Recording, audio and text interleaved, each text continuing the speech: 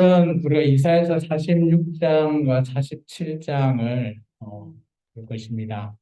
우리가 42장부터 45장까지는 어떻게 보면 하나님께서 이스라엘 백성들, 정말 힘들고 지친 포로되어 있던 백성들을 향한 희망의 메시지, 소망의 메시지입니다. 고레스라고 하는 동방의 한 사람을 택해서 하나님의 종으로 그를 택해서 모든 것들을 내가 이루겠다라고 하셨습니다. 지난주 말씀에 보면 그를 택해서 사용을 하지만 하나님께서 먼저 일을 하시겠다라고 얘기하죠. 우리의 삶도 마찬가지라고 봅니다. 우리의 인생 속에서도 우리가 계획하고 우리의 모든 삶에 대한 계획, 삶에 대한 전반적인 그런 내용들을 우리가 생각할지언정 그런 모든 일을 먼저 우리가 하기도 전에 먼저 하실 분이 바로 하나님이시라는 사실을 우리가 지난주의 말씀을 통해서 우리가 알아보았습니다. 하나님께서는 언제나 우리보다 먼저 우리의 생각을 아시고 우리의 마음을 아시기 때문에 그 일이 합당하다면 하나님의 뜻과 하나가 된다면 하나님께서는 먼저 일하신다라고 말씀하셨습니다. 그런 하나님의 말씀을 전해들은 이스라엘 백성에게 오늘 어마어마한 이제 새 일을 행하면서 이제 너희는 모든 것들이 이제 다 준비가 되었다라는 뜻을 통해서 하나님께서 그들에게 하나님의 말씀으로 확정시켜 주십니다. 그것이 우리가 좀 전에 읽었던 4절의 마지막 말씀으로 저는 보여집니다. 내가 지었은즉 내가 업을 것이요 내가 품고 구하여 내리라. 이제 하나님께서 어디서 품고 구하여 낸다라는 말이 바벨론 포로되어 있는 생활에서 내가 너희를 품고 구하여 낸다라고 말하고 있습니다. 우리의 삶도 어떻게 보면 하나님의 백성이기 때문에 우리의 삶이 내 삶처럼 살아간다면 하나님께서는 전혀 우리와 무관하게 일을 하실 거라고 보여집니다. 그런데 하나님의 유관 내 일이 하나라면 내가 이렇게 힘들고 바벨론 포로처럼 어려워하고 절망적인 가운데도 하나님께서 오늘 이 말씀을 하죠. 내가 너를 품고 구하여 내겠다. 그 어려움에서 구해줄게. 라는 메시지로 저는 들립니다. 우리의 삶은 넉넉하지가 않습니다. 여러분 잘 한번 우리 뭐 학생들도 있지만 학생들도 쉽지 않아요. 우리는 공부하는 게 가장 쉽다라고 얘기하지만 막상 당사자인 학생 때는 그게 참 큰 사안이고 어려움이죠. 공부하는 게. 근데 세상에 나와 보면 정말 공부보다 더 어려운 게 많구나 느껴질 때도 있죠. 느껴집니다. 그래서 여기 나이 드신 우리 집사님도 계시고 또 우리 직장에 다니시는 우리 성도님도 계시는데 잘 한번 돌이켜 보면 내가 이런 생활 하루하루를 지나고 1년이 지나고 2년이 지나고 그런 연차가 거듭날수록 물론 우리가 어떤 일에 대해서 계획하고 그 일이 잘 이루어져 왔다면 내 뜻대로 해서 잘 이루어졌다 라고 말할 수도 있습니다. 그렇지만 그 이면에 그 뜻이 하나님의 뜻이었다면 오늘 하나님께서 먼저 그 일을 하고 계셨다면 우리가 도저히 나로서는 이것을 이룰 수 없는데 하나님께서 돕는 자를 붙여서서 그 일이 성취되게 만드셨다면 하나님께서는 나보다 먼저 내 일에 관심을 가지시고 내 일을 하신다라는 것입니다. 여기서 말하는 나의 일은 아마도 하나님의 일과 동일해야지 그 일이 성취될 수 있을 거라 저는 믿습니다. 오늘 하나님께서는 46절 1절을 통해서 벨과 너보라고 하는 우상이 무너졌다. 멸망당했다라고 하죠. 이 벨과 너보는 그 당시 바벨론이 섬기고 있는 신이라고 하는 존재입니다. 얼마나 이 우상들이 크면 1절에 보시면 짐승과 가축들이 그들을 실어서 옮긴다는 거죠. 왜 어디를 실어 갈까요? 그것은 우리가 고대 시대의 전쟁사를 조금 알고 있어야 됩니다. 고대는 신들의 전쟁이라는 그런 표가 가지고 있어요. 혹시 들어보셨나요? 신들의 전쟁. 그건 뭔가 하면 자기 나라가 섬기는 신을 데리고 가서 전쟁 속에서 하다 보면 싸우다 보면 신이 우리를 도와주실 것이다. 그런 믿음으로 열심히 싸우는 거죠. 그래서 승리를 하면 우리 신이 저쪽 나라 신보다 강해 라고 하면서 나중에는 어떻게까지 하는가 하면 오늘 말씀해 보면 신이 저쪽 패배당한 신을 가지고 갑니다. 이 나라가. 그래서 2절 하반절에 보면 그 짐을 구하여 내지도 못하고 자기들도 잡혀갔다 했죠. 잡혀갔다는 게 뭐예요? 벨과 너보와 같은 이런 신들 가지고 전쟁터에 나왔는데 쳤다라는 거죠. 이제 바벨론이 드디어 멸망당한다 라는 표현을 쓰고 있는 겁니다. 누구에 의했어요? 우리가 42절과 45절을 통해 보면 하나님께서 세우신 종인 모레스를 통해서 오늘 이 바벨론을 멸망시켰다라는 음성으로 말하고 있는 거죠. 그러면서 오늘 3절에 이렇게 하나님께서 하나님의 백성을 어떻게 보면 이걸 애절하게 부른다? 아니면 기쁘게 부르지는 않을 것 같고 애타게 부른다? 저는 그런 뉘앙스로 좀 읽어봤습니다. 우리 3절의 말씀을 같이 한번 읽어볼까요? 하나님이 백성을 이렇게 불렀다라고 저는 여기지거든요. 같이 한번 읽어봅니다. 야곱의 집이여 이스라엘의 집에 남은 모든 자여 내게 들을지어다. 배에서 태어남으로 내게 안겼고 태에서 남으로부터 내게 업힌 너희여. 하나님께서 오늘 이런 설명을 하면 좀 쉽게 말하면 우리가 그 여자분들은 뭐죠? 그 아이를 낳고 난 여자들은 이 내용이 좀 공감은 될 것 같아요. 그죠? 보면서 태에서부터 내가 너를 잘 키웠고 그리고 그 이제 출생하고 나면 또 열심히 업어서 키우잖아요. 아이를. 그런 심정으로 오늘 자녀를 부르듯이 하나님께서 하나님의 백성인 이스라엘 민족을 이렇게 부르죠. 야곱의 집이여 이스라엘에 있는 남은 모든 자야. 이 당시에는 어떻게 보면 이스라엘에 남아있는 자가 바벨론 포로 귀한 자 외에는 없어요. 북이스라엘도 아수르에 의해서 멸망당해버렸고요. 남유다도 바벨론에 의해서 멸망당하고 거의 대부분 다 죽었죠. 그저 있는 그 자들이 오늘 바벨론 포로로 잡혀와서 이제 그 포로 생활을 하는 겁니다. 예레미야는 그 자들을 4,700명이라 했는데 아마 그보다 더 많은 자겠죠.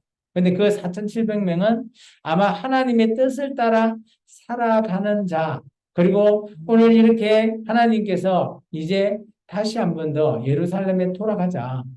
포로 기한을 얘기하고자 하는 그런 자들을 아마 가리켜서 예레미야 마지막 장에 4,700명 이렇게 표현을 하고 있지 않나 여겨집니다. 어쨌든 간에 하나님께서 사절에 너희가 노년에 이르기까지 이게 어떻게 보면 바벨론에 잡혀갈 때 갓난애기거나 아장아장 걷는 아기 때였다면 이제는 바벨론 생활 70년 생활을 살다 보니까 나이가 그만큼 훌쩍 들어버리죠. 그래서 노년이라는 표현을 쓴 것 같고요. 그리고 백발이 된다. 아마 바벨론 포로 잡혀가기 전에 나이가 많이 드신 분은 포로 잡혀가고 나서 그때까지 살아 계셨다면 정말 한 90세 이상 되셨다면 머리가 백발이 되지 않았을까요? 그렇던 내가 너희를 품었다라는 거죠. 그리고 내가 이제 너희를 구해내겠다라는 거예요. 이 바벨론 땅에서. 그래서 나와 너가 늘 약속했던 시온이라고 하는 저 예루살렘으로 내가 돌아가기를 원한다라고 말하고 있습니다. 그러면서 하나님께서 하나님과 우상에 대해서 이 당시 바벨론에는 어마어마한 우상 나라였어요. 지금 우리나라도 어떻게 보면 좀 나쁜 표현으로 하면 우상 이게 우리가 기독교 입장에서 우리가 설명하면 다른 많은 종교들 있잖아요. 어떻게 보면 우상인 거죠. 기독교 입장에서는. 근데 이제 지금 우리는 2022년도 살고 있는 우리는 그런 부분을 우상이라 하지 않고 그냥 타종교라고 우리가 얘기하고는 있는데 이 이사야서 말씀으로 빗대어서 얘기하면 우상인 겁니다. 우상. 그죠? 하나님 외에 나 외에 다른 신이 없다라고 생각하는 하나님 백성 입장에서 생각하면 그런 종교들은 우상 종교가 된다는 거죠. 그런 우상과 하나님을 비교 말하고 있습니다. 오늘 5절에서부터 7절까지 같이 한번 읽어보겠습니다. 너희가 나를 누구에게 비기며 누구와 짝하며 누구와 비교하여 서로 같다 하겠느냐? 사람들이 주머니에서 금을 쏟아내며 은을 저울에 달아 도금장에게 주고 그것으로 신을 만들게 하고 그것에게 엎드려 경배하며 그것을 들여 어깨에 메어다가 그의 처소에 두며 그것이 서 있고 거기에 능히 움직이지 못하며 그에게 부르짖어도 능히 응답하지 못하며 고난에서 구하여 내지 못하느니라. 오늘 하나님께서 얘기하죠. 금과 은을 가지고 장인에게 가지고 와서 탁탁탁 이쁜 어떤 것을 만든다라는 거죠. 그것을 하나님께서 우상이라고 하는데 그 우상에게 어때요? 엎드려서 경배도 하고요. 근데 우상에 대한 표현이 7절에 나오는데 그것을 움직이지도 못한대요. 그래서 아까 동물 그런 수레에 싣고 끌고 가야 되고 아니면 사람이 어깨에 메고 가거나 그렇게 해야 된다는 거죠. 그리고 그들에게 부르짖어도 그들이 응답도 없는 그런 이쁜 황금으로 둘러싸여 있는 그런 존재에게 절을 한다라는 표현을 하고 있습니다. 그러면서 하나님께서 야, 너희가 이전에 너희도 똑같아. 너희가 내 백성이지만 너희가 그렇게 우상을 섬겼다라고 한 번 더 하나님 백성에게 일깨움을 준다라고 저는 여기집니다. 그게 8절에서부터 13절까지인 거죠. 12절까지인 거죠. 11절까지입니다. 같이 한번 읽어보겠습니다. 8절에서 11절입니다. 너희 패역한 자들아 이 일을 기억하고 장부가들아 이 일을 마음에 두라. 너희는 옛적 일을 기억하라. 나는 하나님이라 나 외에 다른 이가 없느니라. 나는 하나님이라 나 같은 이가 없느니라. 내가 시초부터 종말을 알리며 아직 이루지 아니한 일을 옛적부터 보이고 이르기를 나의 뜻이 설 것이니 내가 이 나의 모든 기뻐하는 것을 이루리라 하였노라. 내가 동쪽에서 사나운 나의 짐승을 부르며 먼 나라에서 나의 뜻을 이룰 사람을 부를 것이라. 내가 말하였은즉 반드시 이룰 것이요 계획하였은즉 반드시 시행하리라. 11절에 나오는 동쪽에서 사나운 날짐승 그리고 또 한 같은 거 나오죠. 먼 나라에서 나의 뜻을 이룰 사람을 부른대죠. 이 사람이 누군지 아시죠? 고레스라는 거죠. 그를 통해서 내가 반드시 이루겠다라는 거죠. 반드시 시행하겠다. 하나님이 확답을 주신 겁니다. 그러면서 오늘 그런 우상과 비교하면서 하나님이 이런 표현을 한 번 더 씁니다. 우리 45장에 이 표현이 무려 7번이나 나왔죠. 오늘 9절에 나오죠. 같이 한번 읽어볼까요? 중간에 나는 하나님이라 그부터 한번 읽어보겠습니다. 나는 하나님이라 나 외에 다른 이가 없느니라. 나는 하나님이라 나 같은 이가 없느니라. 오늘 하나님은 하나님 자신을 소개하면서 나 같은 사람, 나 같은 이가 없대요. 하나님이라는 그런 그리고 다른 모든 신들 아무것도 아니라는 것을 말하고 있습니다. 하나님의 어떻게 보면 자기에 대한 뭐 그런 소개를 하고 있죠. 야, 너희 나 믿는 거 오히려 이제 우리가 하나님의 백성 입장에서는 어떻게 이 말씀을 들어야 될까요? 오히려 우리는 너무 감사할 수밖에 없어요. 하나님께서 야, 나 외에 다른 신이 없다고 말하는 거예요. 그러면 우리는 믿는 우리는 너무 쉬운 거죠.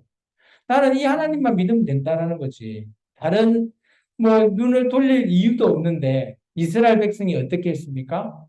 솔로몬 왕 이후부터 나라 멸망할 때까지 그 멸망상의 큰 우상들에게 늘 백성들이 가서 분향을 드리고 늘 뭐 자기 아들 딸들도 드리고 그런 백성을 하나님께서 이렇게 불렀죠. 9절에 이 패역한 자들.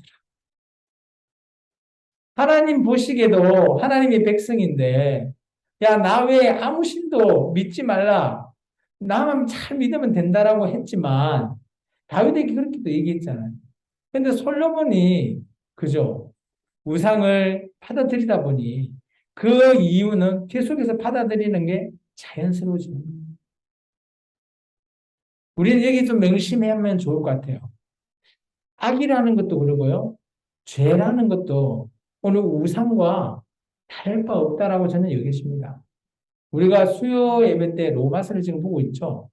죄라고 하는 것도 조그만 틈만 주면 그 죄가 점점 커져서 결국은 사망에 이르게 합니다. 오늘 이 우상이라고 하는 틈, 솔로몬 왕 때에 줬던 그 틈으로 말미암아 이 나라가 멸망당해버리죠. 이건 나라니까 그런데 우리 개인에게 이것을 비유하면 어때요?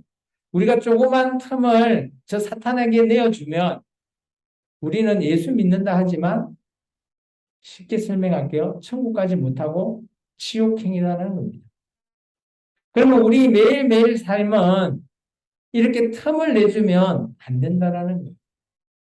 이 틈이라는 게 뭘까요? 받아들이는 거거든요.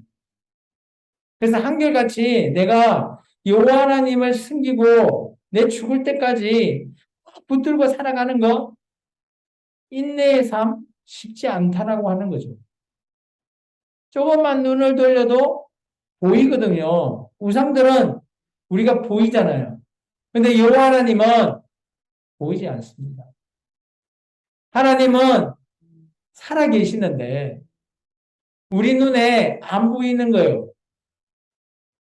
근데 놀랍게도 우리가 그 하나님을 믿고 기도하면 하나님이 보입니다.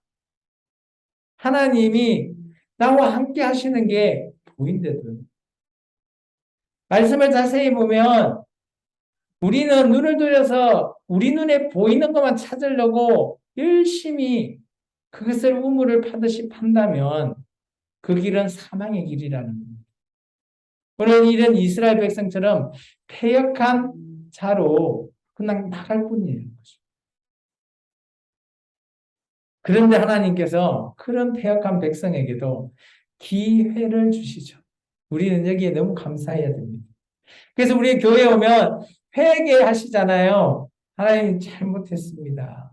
한 주간은 우리 삶을 돌아보면서 기도하면서 회개할 때 하나님께서 우리에게 기회라는 것을 주신다라고 우리가 믿고 다시 이번 주는 죄짓지 않고 잘 살아야지.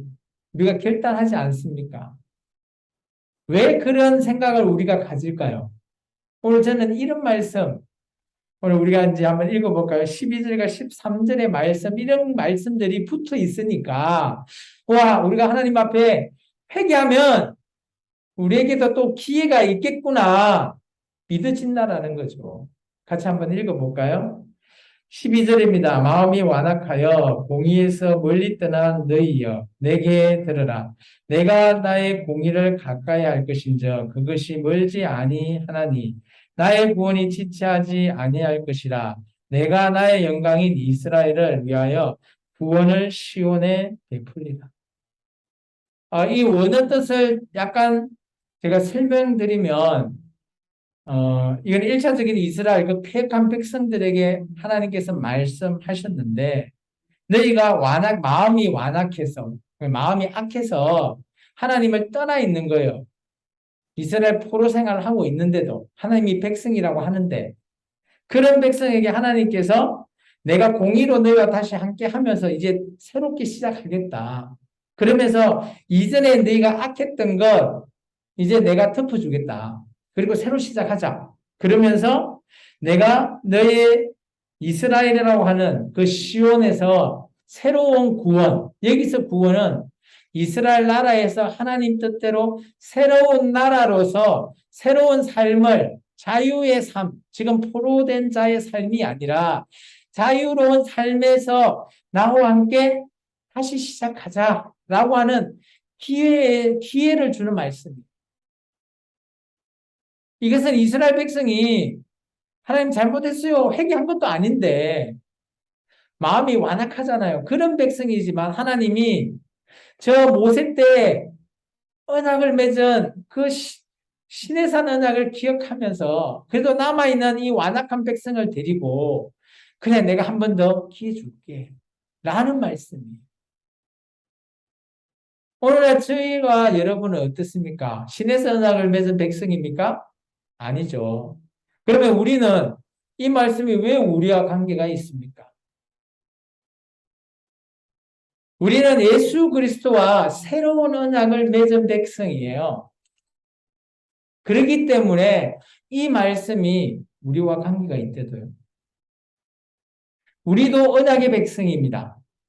여기 말씀에 나오는 이사야서 46장에는 구약 이전의 언약이죠. 예수님 이전에 맺었던 이스라엘과 하나님과 맺었던 시내산 언약의 말씀이라면 지금 저와 여러분이 맺고 있는 이 교회의 언약의 말씀은 신약, 예수님과 맺은 새로운 언약의 말씀입니다.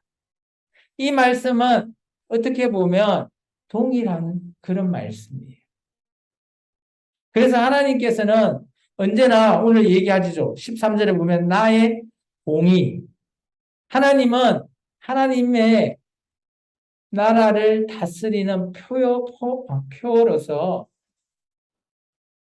뭘 하죠? 나는 공의와 정의로 이 나라를 다스리겠다. 그러니까 하나님의 나라는 공의와 정의입니다. 그래서 우리가 예수님과 맺은 우리 교회는 하나님 앞에서 언제나 공의와 정의를 그죠? 지켜야 될 의무도 있죠. 따라서 오늘 하나님께서 이런 말씀을 하시니까 나에게도 기회를 주시는구나. 그래서 교회에 나와서 여러분이 한 주간에 죄를 짓거나 잘못한 일이 있으면 회개하시잖아요. 그러면서 다시 한 번 더 기회를 받고 또 이제 다가오는 한 주를 참 이제 기쁘게 살아야지. 죄 짓지 않고 살아야지. 결단하면서 또 예배 마치고 나가서 기쁘게 사는 거 아닙니까? 그런 삶 속에서 우리가 성화의 삶을 누리는 거예요. 그래서 이전 것을 하지 않고 점점점 이전 것을 끊어버리면서 악한 것을 끊어버리면서 선한 일을 행하며 하나님의 뜻을 그대로 이어받는 일을 행해 나가는 그런 삶이 우리가 구원으로 가는 우리의 여정인 거죠. 그것을 성화라고 하죠. 그런 성화의 삶을 우리는 늘 살아야 된다는 겁니다. 그래서 하나님께서는 이런 이스라엘 백성과 함께 하겠다. 라고 강력한 의지를 내비쳤었어요. 표명이라고 하죠, 우리는. 그래서 이스라엘 백성아, 나와 함께 하자. 그러면서 하나님께서 그냥, 나와 함께 하자라고 하면 한 몇 프로 하나님 앞에 따라올까요? 이 완악한 백성들이. 저는 100% 아멘 하고 가지는 않았을 거라 봅니다. 그래서 하나님께서 하나의 말씀을 더 주신 것 같아요. 그게 저는 47장이라고 보여져요. 야, 내 말이 지금 이 선지자를 통한 내 말이 100% 아멘이 안 되는 거 같이 그러면 내가 네 마음을 100% 아멘 할 수 있게끔 내가 해주겠다. 라고 하는 게 저는 현재 바벨론 포로에서 힘들어하는 이들에게 야, 바벨론 내가 심판할 거야.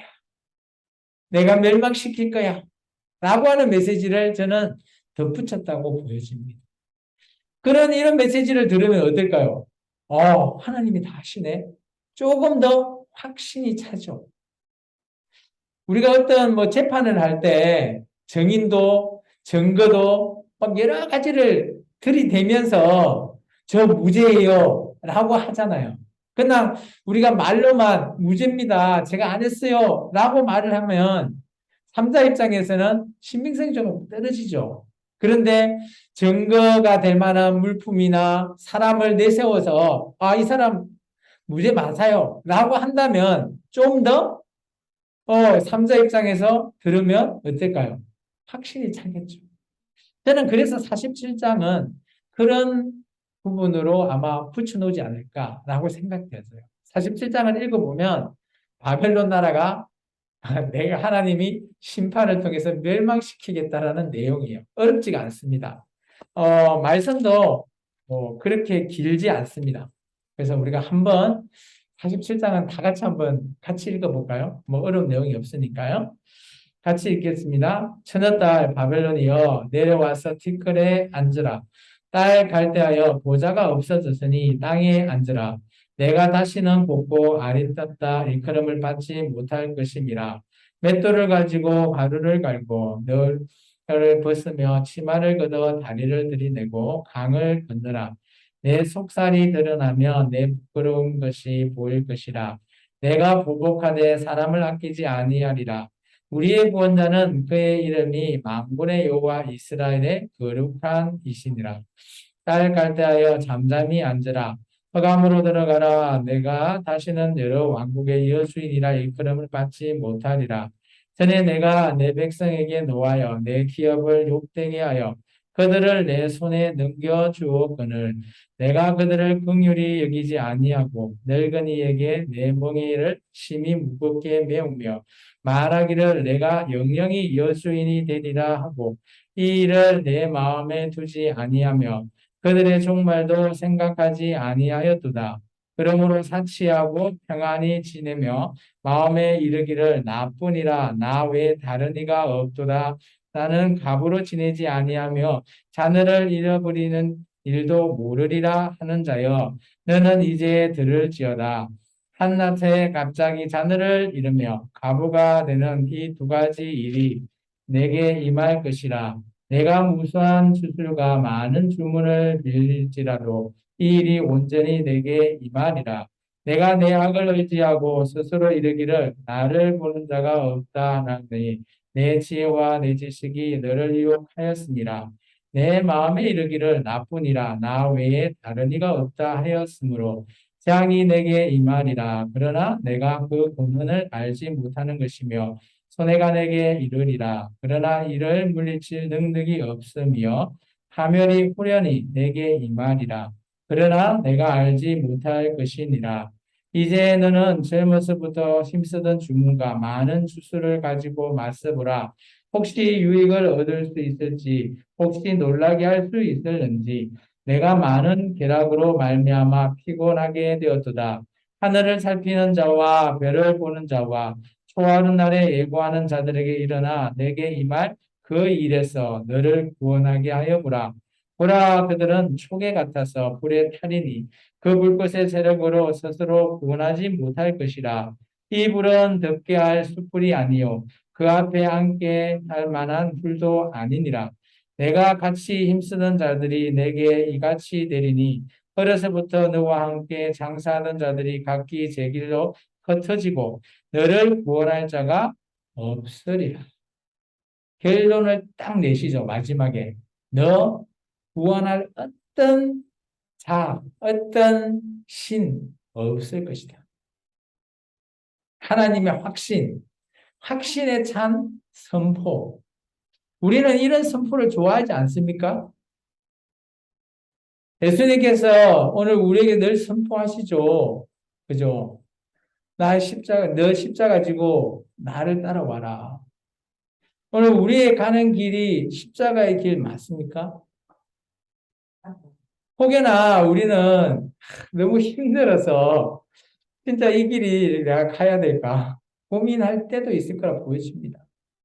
그런데 하나님께서 이렇게 확신에 찬 선포의 말씀을 전한다면 어떨까요? 아마 그 바벨론 포로에 좀 마음이 완악했던 백성들도 이 메시지 듣고 그래 하나님을 이제 한번 따라 보겠다 결단할 수 있지 않을까요? 47장을 보면 1절부터 이런 표현이 나옵니다. 천의 딸 바벨론, 딸 갈대아, 뭐 동일한 그런 바벨론을 칭하는 그런 명칭이죠. 근데 놀라운 건 뭔가 하면 이 딸이 있는 보좌나 이런 거 다 없어질 거라고 하는 거죠. 그러면서 마지막에 너 구원할 자 아무도 없다. 그러면 이 나라는 결국은 망할 수밖에 없다라는 거예요. 근데 우리가 뭐 어, 어떤 역사를 한번 돌이켜보면 우리나라도 그러고요. 전 세계적으로 봤을 때 나라가 멸망당할 때 물론 전쟁에서 치면 서서히 망하잖아요. 맞나요? 하루아침에 딱 전쟁이 끝하면 이 나라가 멸망하고 뭐 없어지거나 그러지 않잖아요. 서서히 무너지는데 놀라운 거는 하나님이 이 일을 하니까 페르시아가 바벨론을 멸망시키고 난 다음에 순식간에 바벨론이 없어져 버려요. 이건 참 세계사적으로도 놀라운 일입니다. 그래서 보통 나라가 멸망당할 때는 세력이 기울어지죠. 그러면서 서서히 사라지는데 이 바벨론은 여기 이제 신바벨로니아라고 하거든요. 세계사 지역에. 신바벨로니아의 멸망 후 모습을 한번 찾아보시면 이게 서서히 무너지는 게 아니라 순식간에 페르시아에서 망해버려요. 그러면서 그 망했던 모든 백성들을 자기 나라로 다 돌려보내는 게 그 당시 페르시아의 제국에 어떻게 보면 포로에 대한 그리고 그런 나라에 대한 정책이죠. 그래서 오늘 이스라엘 민족뿐만 아니라 타 민족들도 바벨론에 그 잡혔던 타 민족들도 이제 자기의 나라로 돌아갈 수 있었다라는 거예요. 그래서 45장에 20절에 보면 열방 중에서 피난하는 자들아 라는 표현을 쓰죠. 그래서 여기서 말하는 것은 열방 중이라고 하는 것은 이스라엘 민족 외에 바벨론에 잡혀 있었던 다른 민족들을 얘기하는 겁니다. 오늘 하나님은 이런 식으로 확신을 주십니다. 여러분이 기도하실 때, 그런 확신에 찬 기도가, 받진 않으셨나요? 저도 보면, 초창기 예수를 믿고 하나님한테 여러 가지 기도를 많이 합니다. 근데, 저도 나름대로 기도하면서 확신에 찬 그런 기도가 나올 때가 있더라고요. 하나님께서 이렇게 하시는구나. 그리고 또 그 일이 그대로 이루어지는 모습을 보고 또 저 또한 마음이 확신에 차게 되는 거죠. 이게 어떻게 보면 저는 이렇듯이 내가 확신에 차고 하나님의 일이 그렇게 진행한다면, 이것은 하나님의 일이구나. 라고도 느껴질 수 있다라고 저는 보여집니다. 이제 말씀을 한번 정리해 볼까 합니다. 오늘 47장은 우리가 읽었지만 어려운 것도 하나도 없었고요. 바벨론에 대한 하나님의 심판을 얘기하고 계시는 겁니다. 그런데 정말 중요한 것은 46장이죠. 이스라엘 백성이 패역한 백성이고 마음이 완악한 백성이에요. 하나님을 모르겠어요. 포로기 70년 동안 하나님을 제대로 섬겼는지조차도 알 수 없습니다. 70년 동안 먼 타국에 가서 포로 생활을 하면 자기가 기존에 믿었던 신을 유지하면서 지킬 수 있을까요? 그거 참 의문인 거거든요. 그런 마음이 완악한 백성에게 하나님께서 이런 메시지를 전하는 거잖아요. 그러다 보니까 참 이 메시지가 좀 그러죠.